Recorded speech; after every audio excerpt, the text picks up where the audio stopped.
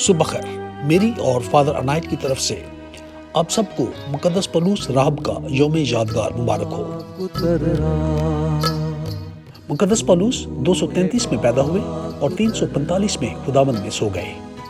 کہتے ہیں کہ مقدس پولوس مصر میں پیدا ہوئے اور 15 سال کی عمر میں یتیم ہو گئے تھے۔ مقدس پولوس نہایت قابل اور دیندار شخص تھے۔ کہتے ہیں کہ 250 کی اظہار ثانیوں میں مقدس پولوس کو اپنے دوست کے گھر میں پناہ لینا پڑی تھی۔ مقدس پولوس کو اپنے رشتہ داروں کے خوف سے صحرا میں ایک غار میں پناہ لینا پڑی تھی۔ مقدس پولوس کا یہ منصوبہ تھا کہ جیسے ہی اظہار ثانی ختم ہوگی وہ واپس اپنے کام پہ لوٹ جائیں گے، لیکن صحرا کی خوبصورتی اور مراقبہ نے انہیں صحرا میں رہنے پر مجبور کیا۔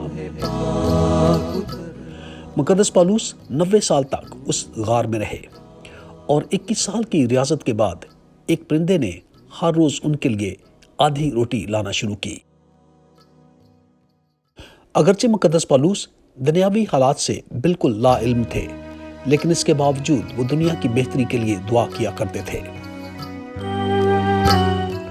آج کی پہلی تلاوت پہلے سیموئیل سے لی گئی ہے، اور سیموئیل نے تیل کی کپی لی اور اس کے سر پر انڈیلی اور اس کو چوما اور اس سے کہا کہ اس سے خداوند نے تجھے مسح کر کے اپنی قوم اسرائیل کا رہنما ٹھہرایا۔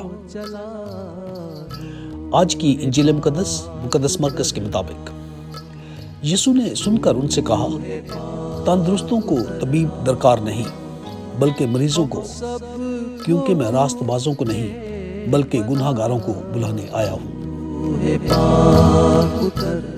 کہتے ہیں کہ مصر کے مقدس اینتھنی نے بھی مقدس پولوس کی نیک زندگی اور موت کی تصدیق کی تھی۔